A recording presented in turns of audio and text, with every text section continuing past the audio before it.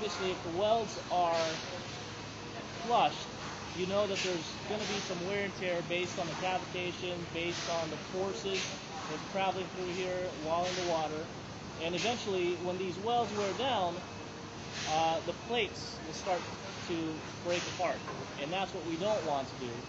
And that's one of the reasons why we're looking at the welds and the integrity of it. And with the deck repair underway, the ship's internal skeleton stands naked to the world, ready for inspection.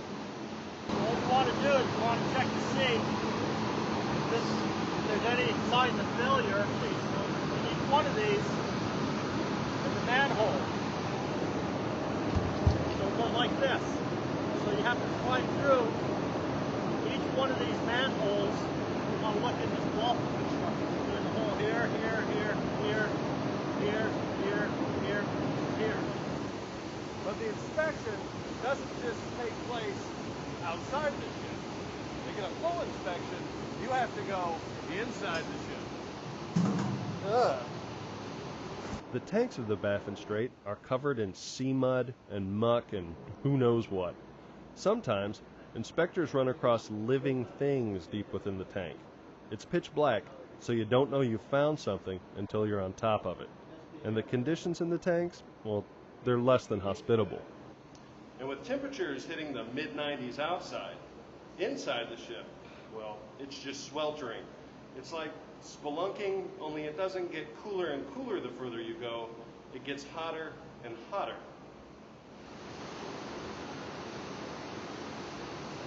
Some of us do this for the enjoyment, not for pay. And when no one's looking, you wear a bathing suit or work boots. It's even more fun. A person can only inspect so many tanks in one day. It's just too hot and too dangerous. The inspection revealed buckling bad enough on the underbelly of the ship to affect a tank, so the Baffin crew have more time to get things done. Lucky for them, Lieutenant Dia's crew is scheduled to conduct drills the next day, so they have 2 more days to get prepared. We're dropping the hose reel down from the flight deck. We have this one rigged up. We have somebody on the other side for fire batteries as well as zone 2 up above. Drills, as it turns out, consists of muscle memory exercises. Do the same emergency scenario over and over until reaction is second nature. Lieutenant Dia corrects mistakes as he sees them. I'll stay down low. Yeah, how come you're not staying low?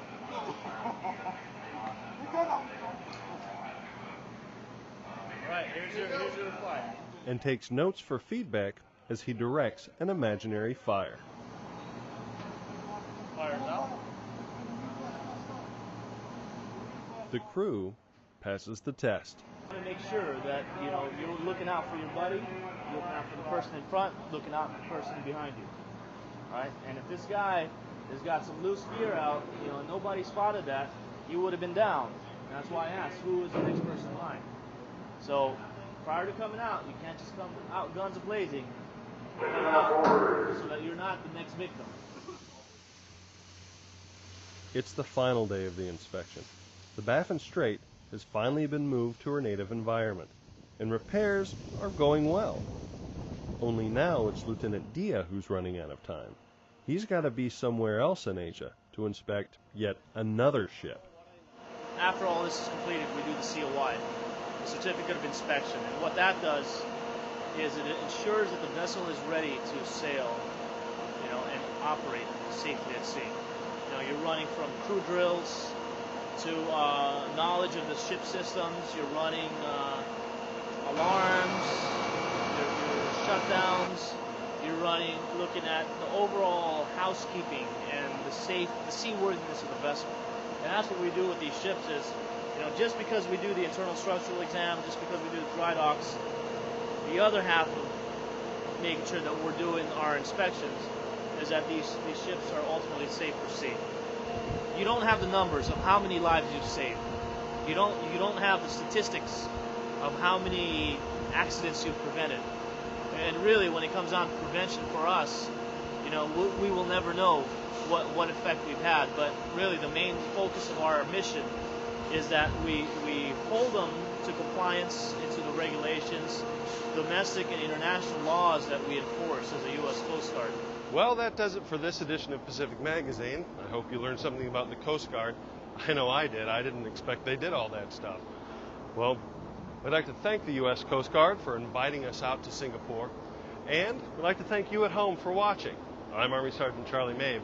And from all of us here at AFN Tokyo, thanks for watching.